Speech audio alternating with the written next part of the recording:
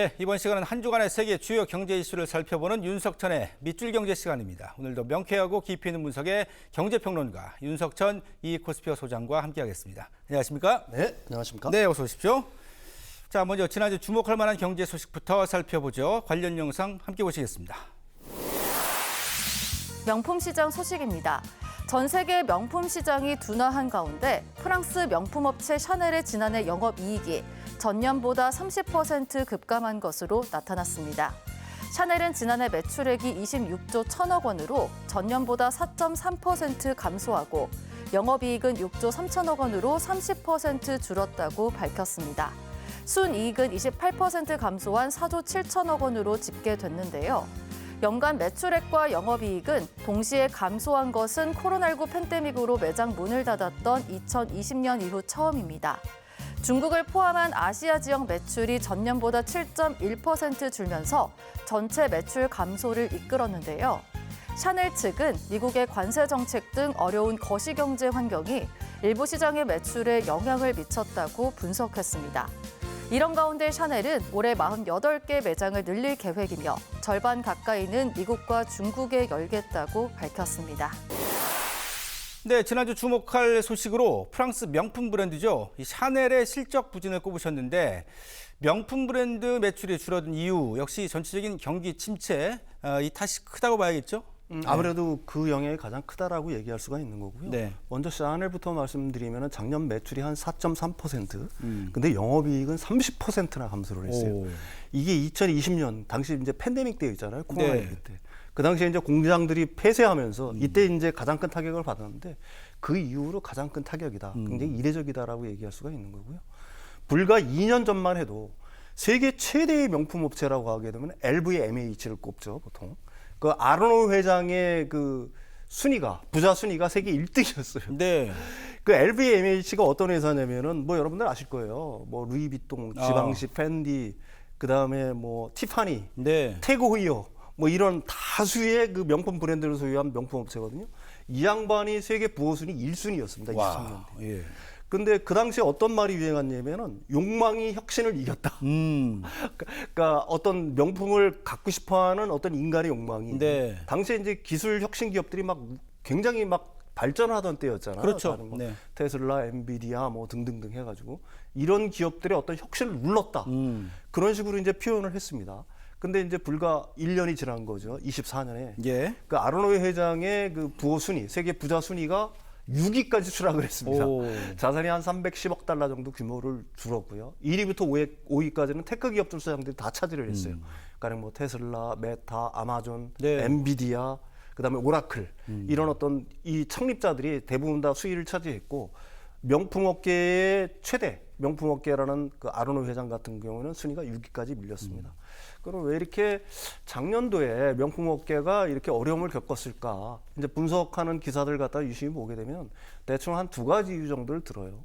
아무래도 가장 큰 이유는 사실은 아시아 지역의 경기 둔화가 가장 큽니다. 아시아 매출이 높았던 얘기군요. 네, 그동안. 그러니까 20년 이후부터는 그가 1910년 이후부터는 아시아 시장이 급속하게 성장을 했잖아요. 예, 그러니까 예. 뭐 중국에서도 부자들이 막 쑥쑥쑥쑥 나오고 한국도 역시 마찬가지고요.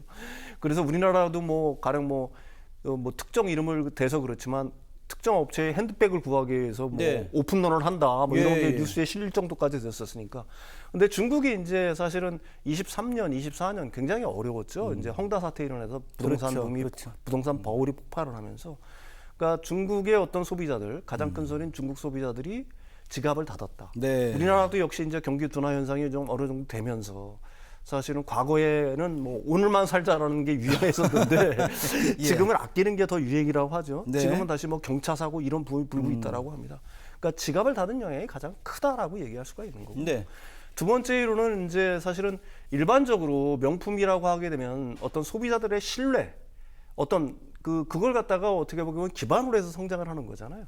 근데 작년 같은 경우, 그다음에 올해 계속 이어지는 거는 명품에 대한 어떤 신뢰가 약간 흐트러지는 이런 어떤 현상들이 목격이 되고 있다.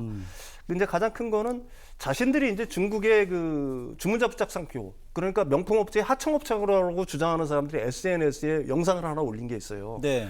에르메스의 이제 버킨백이죠. 그게 이제 소비자가가 한 5천만 원 정도 하는데 자기들이 그 버킨백을 갖다가 하청받아서 만든다. 아. 근데 원가는 400만 원 정도에 불과하다. 그러니까 그 인건비라든지 재료비 다 합쳐서 400만 원에 불과하다는 영상을 갖다가 SNS에 올린 거예요. 네. 근데 명품업계에서는 사실 이걸 갖다 부정하죠. 우리가 왜 거기다가 그런 걸 갖다가 하청을 맡기냐. 네, 네. 뭐 그거는 사실 중국 짝퉁 업체들의 어떤 그 바이럴 마케팅이다. 네, 그러니까 네. 어떻게 보게 되면은 좀 어그로를 끌기 위해서 네. 뭐 이런 거라고 주장을 하는데 일반 소비자들은 둘 사이에 벌어지는 어떤 그 분쟁들을 보면서 이런 생각들을 하는 거죠. 아, 명품 업체도 혹시 이런 그 중국이라든지 이런 쪽에 그 하도급을 주어서 이걸 대량 생산하는 거 아니야? 뭐 명품 회사의 어떤 장인들이 한 땀 기울여서 이렇게 소중하게 만드는 게 아니라 싼 어떤 인건비를 들여서 이 하청을 줘서 다시 이걸 갖다 이태리나 프랑스로 가져와서 네. 일종의 테카리를 해서 굉장히 비싸게 파는 거 아니냐? 예, 예. 뭐 이런 어떤 의문을 갖다가 갖고 있는 거는 확실한 거죠. 네. 근데 이런 것들을 갖다가 더 어떻게 보게 되면 명징하게 보여주는 사건이 사실은 작년 6월에 발생을 했어요. 네. 이탈리아의 그 한 공장에서 벌어진 건데 이게 이제 디올 공장이라고 합니다. 근데 디올의 하청업체라고 해요. 근데 이 하청업체에서 어떤 일이 벌어졌냐면은 중국의 불법 이민자들 있지 않습니까? 네. 이 사람들을 갖다가 어떻게 보게 되면 불법 고용을 해가지고 24시간 휴일도 없이 오. 이렇게 돌려가지고 제품을 만들었다는 거예요. 근데 원가가 얼마냐? 8만 원. 근데 판매가는 400만 원짜리 디올백을 만들었다는 겁니다. 50배네요. 예. 네, 그렇죠.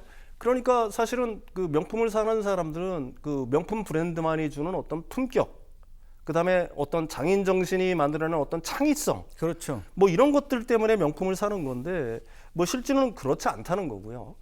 그 비윤리적인 어떤 노동 착취가 빈번하게 벌어지고 있고 네. 특히 뭐 장인들이 아까도 말씀드렸듯이 한 땀 한 땀 정성 들여서 만드는 게 아니라 이걸 하청업체에 줘가지고 대량 생산을 하는 거 아니냐. 네. 그러면서 소비자들한테는 일종의 바가지에 가까운 어떤 폭리를 취하고 있는 거 아니냐. 네. 뭐 이런 식의 이제 의문들이 명품에 대한 어떤 수요를 둔화시켰다라고 얘기를 하는 건데, 하지만 제가 개인적으로 생각을 하기에는 가장 큰 원인은 역시 경기 둔화로 인해서 소비자들의 지갑이 얇아진 게 가장 큰 이유가 되는 거고요. 네. 명품 업체들이 뭐 지금 이런 어떤 그 어려움들은 제가 생각하기에는 글쎄요, 좀 일시적인 거라고 보는 게 맞을 것 같다. 이런 생각을 합니다. 왜 그러냐면 경제학에서 이제 우리가 굉장히 유명한 효과 중에 베블론 효과라는 게 있습니다. 네, 네. 일종의 이제 저는 이제 베블론 효과라고 이제 설명을 하는데, 사람이 이제 배가 좀 이렇게 부르고 등이 좀 따뜻하면은, 다시 말해서 돈을 좀 이렇게 많이 벌면은 인간의 욕망 중에 하나가 과시욕이거든요. 내 돈, 내 부와 내 어떤 주의를 갖다가 남한테 과시하고 싶은 욕망이 있는 거거든요.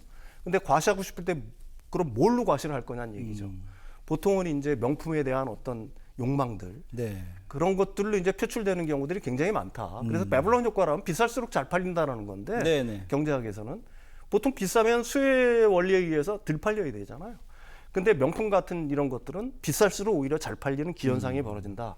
따라서 앞으로 좀 경기가 좀 좋아진다, 회복되는 기미가 보이면은 명품업계의 매출 같은 경우는 다시 회복될 가능성이 많다. 네. 왜냐하면 우리 그 인류와 그 꾸준히 우리가 인류가 태어날 때부터 함께오는 어떤 인간의 욕망, 네. 그 인간의 욕망을 먹이 삼아서 자라는 게 결국은 명품업이라고 네. 본다면은, 다시 좀 그 지갑이 좀 두둑해지는 어떤 시대가 오면은 명품업계의 매출 회복은 좀 발생할 가능성이 높다. 네. 이렇게 말씀드릴 수 있을 것 같아요. 뭐 경기 침체에 따른 일시적인 현상이다, 이렇게 말씀을 해주신 것 같고, 결국에는 이제 명품 경제학 측면에서 봤을 때 경기가 명품에도 영향을 미친다, 이렇게 볼 수가 있을 것 같은데, 그래서 요즘에 그 듀프라고 해서 명품하고 비슷한 뭐 디자인, 기능을 가진 그런 듀플리케이션의 약자죠. 네네네네. 그런 상품들이 조금 주목을 받고 있다고 그러더라고요. 예, 그렇습니다. 지금은 이제 가성비가 중시되는 시대죠. 네. 사실은 왜 그러냐면 이제 경기 둔화라든지 침체 양상이, 특히 이제 뭐 미국을 제외하고는 다른 지역들 같은 경우는 공이 지난 몇 년 동안 그런 현상들이 짙어졌기 때문에, 네. 아까도 말씀드렸듯이 가성비를 중시하는 소비들, 요즘 화장품들도 그 다이소 매장 가서 많이 산다고 그렇죠, 네. 얘기하지 않습니까? 과거에는 명품 화장품만 찾았잖아요. 네. 그게 결국은 이제 경기 둔화, 침체랑 깊은 연관이 있다, 이렇게 말씀드릴 수가 있겠죠. 예. 예. 근데 뭐 사람이 명품이어야 되지 않습니까? 뭐 저는 맞습니다. 개인적으로 그런 예, 생각을 하게 예, 되고요.